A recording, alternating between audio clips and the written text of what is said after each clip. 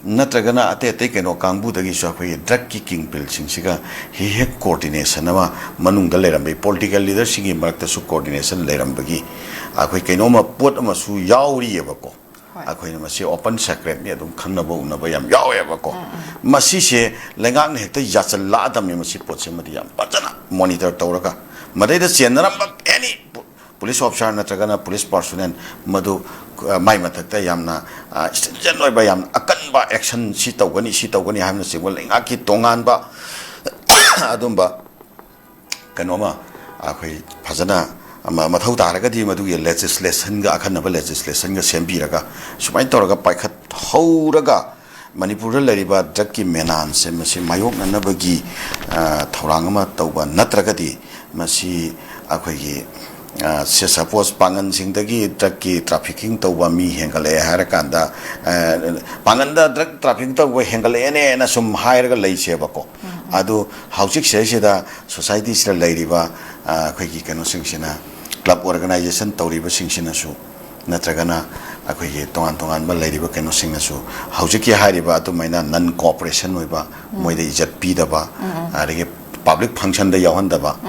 अरे ताजदा ख्वाइदगी नोकनिंगबा अमसु हुजिक train अमसु लाइएबको drug की कांगबु सिंगसिना अमुका Sen sponsor तौरगा अमुका CSO लिंखतपा अदुगा CSO से मोइना अपाम्बा माइकैदा चिंगगा मोइगी ओइबा पर्पस तुदा मोइगी ओइबा कनो तो इंटरेस्ट तुदा चिंगगा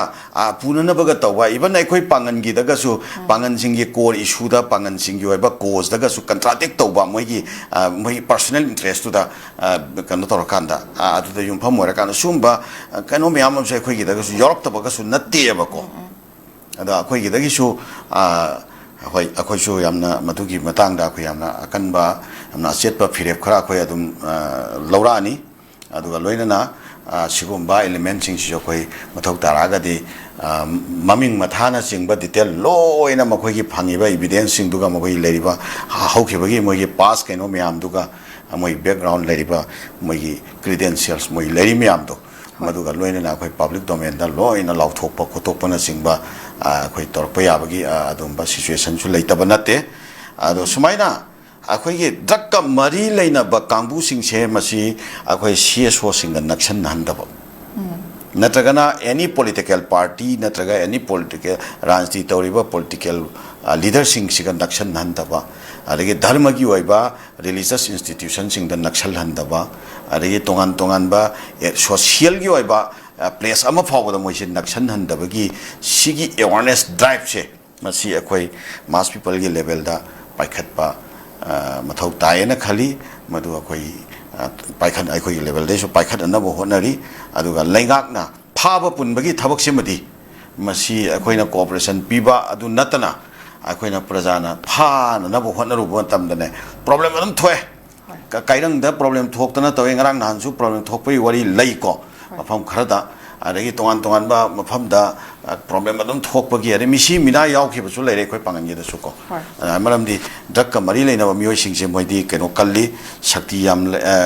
लेबा कांबु गसु तेनै अदगी अमुका मसा मसासु नोमै पाइ मोइ मखादा मोइदी पसांग सब मिवन पिथो खोतोगा मोइगी मोइगी गुंदा टीम मदुम सेंबा खोटपा अदुम ngambaniना अदुगुम्बा लेबनिना अखोई सेसिरा क्लब अमा तौजरिबनि ऑर्गेनाइजेशन तौजरिबनि लेबा कांगबु सिंगसिनागा दक्की कांगबु सिगी मथक्ता अखोई महौसादौना फाबा पुनबा केदौबा मामा हेता तौरो बयाबै सिचुएशन दु खर वाटली अदुना लैंगाकना पुलिस फोर्स सिंगसिना थक पाइखतपा मदुदा अखोई प्रजाना कोऑपरेशन पीबा अवेयरनेस अखोइना तौबा याय लोइन एवरीथिंग तौबा याय सुमाइना आई थमजगे सुमाइना नत्रगदी मणिपुर से हाइनिंगाई लेतने इंपैक्ट पीरबनी अदुना मणिपुर से सिदा अखोई लेरिबा इंपैक्ट सिरि आखनम मियंग थमगा थौ पाइखतपा पामबगी अपामबदो सिगी पाउ सिंगा मरी लेना आई खर थमजबनी थागाचरी यामना मरिक चुंबा अखोगी ड्रग का मरी लेना पीबा इंपैक्ट सिंग अमसुंग तोंगान तोंगानबा अखोगी सिगा मरी लेना थिंगबा याबो मरिक चुंबा वफुंग क्यामसु थंबीरे मखाता ना मुक